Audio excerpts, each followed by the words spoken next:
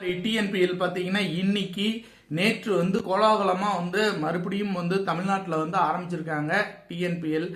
இதுல பாத்தீங்க அப்படின்னா கோவையும் திண்டுக்கல், அதாவது போன தடவை சாம்பியனான திண்டுக்கலும் கோவையும் விளையாண்டாங்க. அதுல பாத்தீங்க அப்படின்னா கோவை அணி முதலில் பேட் செய்து ஒரு 140 சம்திங், 138, 140 சம்திங் அடிச்சிருந்தாங்க. இதை பாத்தீங்க அப்படின்னா திண்டுக்கல் திரும்ப பேட்டிங் பண்ணி அதை சேஸ் பண்ணி வின் பண்ணியிருக்காங்க.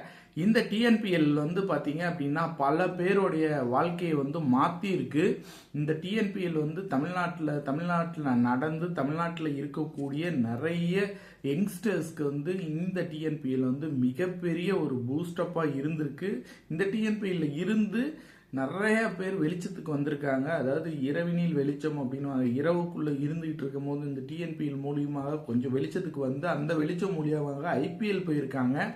ரெண்டாவது இந்த டிஎன்பிஎல்ல ஒழுங்கா விளையாண்டு அதுக்கப்புறம் பாத்தீங்க அப்படின்னா தமிழ்நாடு டீமுக்காக விளையாண்டுருக்காங்க. இந்த மாதிரி இந்த டிஎன்பிஎல்ல நிறைய புதுமுகங்கள் அறிமுகமாக போறாங்க. நிறைய பேர் பாத்தீங்க அப்படின்னா நம்ம இந்தியாவுக்கு நமக்கு புதுமையா அறிமுகமே செய்யப்பட போற அறிமுகமே நமக்கு புதுசா அறிமுகமாக போற பிளேயர்ஸ் நிறைய பேர் இருக்காங்க. அவங்களோட டேலண்ட்ல என்னங்கிறது இந்த ஐபிஎல் முடியறதுக்குள்ள நம்ம பார்த்துக்கிட்டு இருப்போம். இந்த ஐபிஎல் மூலியமாக நிறைய டேலண்ட்டுகள்லாம் உருவாங்க. இந்த டிஎன்பிஎல் நிறைய டேலண்ட்டை உருவாக்கி ஐபிஎல் கொடுக்குது. ஐபிஎல் நிறைய டேலண்ட் உருவாக்கி இந்திய அணி கொடுக்குது.